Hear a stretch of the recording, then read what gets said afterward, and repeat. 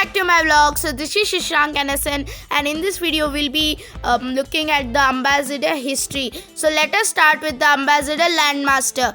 So Ambassador Landmaster was produced from 1954 to 1958. It had the Austin Morris engine, which was a 1476cc engine, side valve flathead petrol engine in 1959. And this was also a copy of the Oxford series 2 car. So yeah, now we'll be moving on to the Ambassador Mark 1. So this car was produced from 1957 to 1962. This car had a new BMC B series engine, which produces 1489cc 55 horsepower and comes with a overhead valve design, and it's a petrol engine. So we'll be now moving on to Mark II.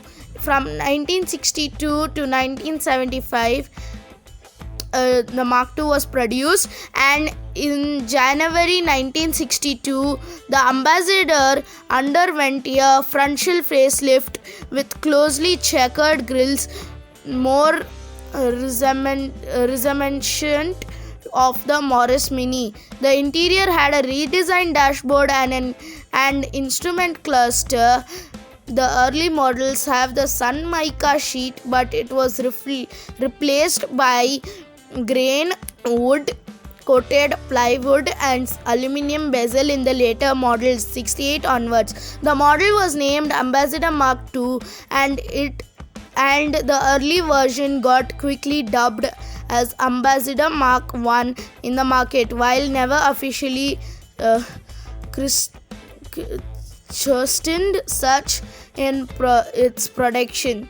The mid-60s model again had the minor changes to the tail lamp with integrated lens for the indicator and brake lamp, and the tall ornamented bumper stopper from the Mark I was redesigned with a smaller chrome metal stopper to keep with the times. The models sold until mid-1975 and eventually was replaced by the Mark III, being one of the undistributed early model of the Ambassador.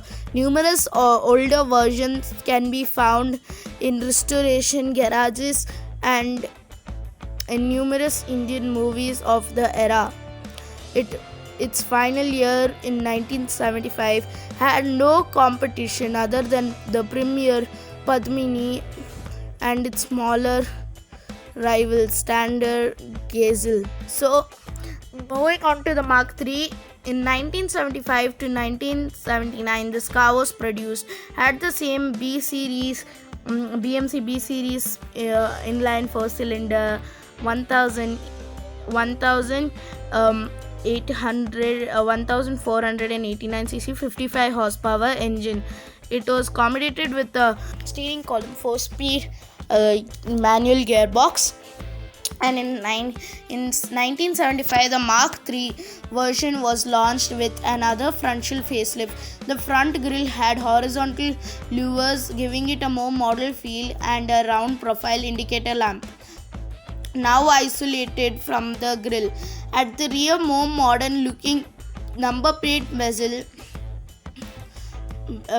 replaced the early design, which was commonly used by many other British cars as well. The interior now had new dashboards with three standard instrument clusters mounted on a black recessed mesh, again moving away from the early coated wooden base with aluminium strip design. By 1978, the Mark III was available in deluxe versions and standard versions. The deluxe version had a newer dashboard with 4 meters plus the speedometer just before the launch of the Mark IV.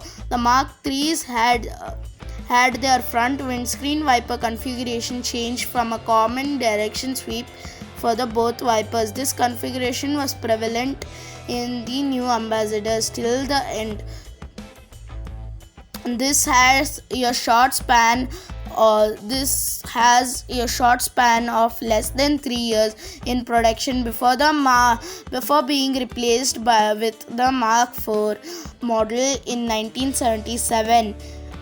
In 1977 and 1978, the Ambassador Mark III was available with 1760cc versions of the Morris 1.5 liter inline 4, specially to have enough power to propel a full air conditioning system. This option continued to be available as Mark IV.